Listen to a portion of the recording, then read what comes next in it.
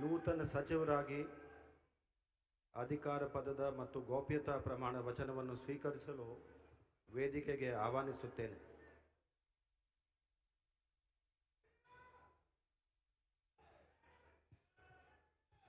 ನಾನು ಬಿ ನಾಗೇಂದ್ರ ಎಂಬ ಹೆಸರಿನ ನಾನು ಕಾನೂನಿನ ಮೂಲಕ ಸ್ಥಾಪಿತವಾದ ಭಾರತದ ಸಂವಿಧಾನ ವಿಷಯದಲ್ಲಿ ನಿಜವಾದ ಶ್ರದ್ಧೆ ಮತ್ತು ನಿಷ್ಠೆಯನ್ನು ಹೊಂದಿರುತ್ತೇನೆಂದು ನಾನು ಭಾರತದ ಸಾರ್ವಭೌಮತ್ವವನ್ನು ಮತ್ತು ಅಖಂಡತೆಯನ್ನು ಎತ್ತಿ ಹಿಡಿಯುತ್ತೇನೆಂದು ಮತ್ತು ಕರ್ನಾಟಕ ರಾಜ್ಯದ ಮಂತ್ರಿಯಾಗಿ ನನ್ನ ಕರ್ತವ್ಯಗಳನ್ನು ಶ್ರದ್ಧಾಪೂರ್ವಕವಾಗಿ ಮತ್ತು ಅಂತಃಕರಣ ಪೂರ್ವಕವಾಗಿ ನಿರ್ವಹಿಸುತ್ತೇನೆಂದು ಭಯ ಅಥವಾ ಪಕ್ಷಪಾತವಿಲ್ಲದೆ ರಾಗ ದ್ವೇಷವಿಲ್ಲದೆ ಎಲ್ಲ ಬಗೆಯ ಜನರಿಗೆ ಸಂವಿಧಾನಕ್ಕೆ ಮತ್ತು ಕಾನೂನಿನ ಅನುಸಾರವಾಗಿ ನ್ಯಾಯವಾದುದನ್ನೇ ಮಾಡುತ್ತೇನೆಂದು ದೇವರ ಹೆಸರಿನಲ್ಲಿ ಪ್ರಮಾಣ ಮಾಡುತ್ತೇನೆ.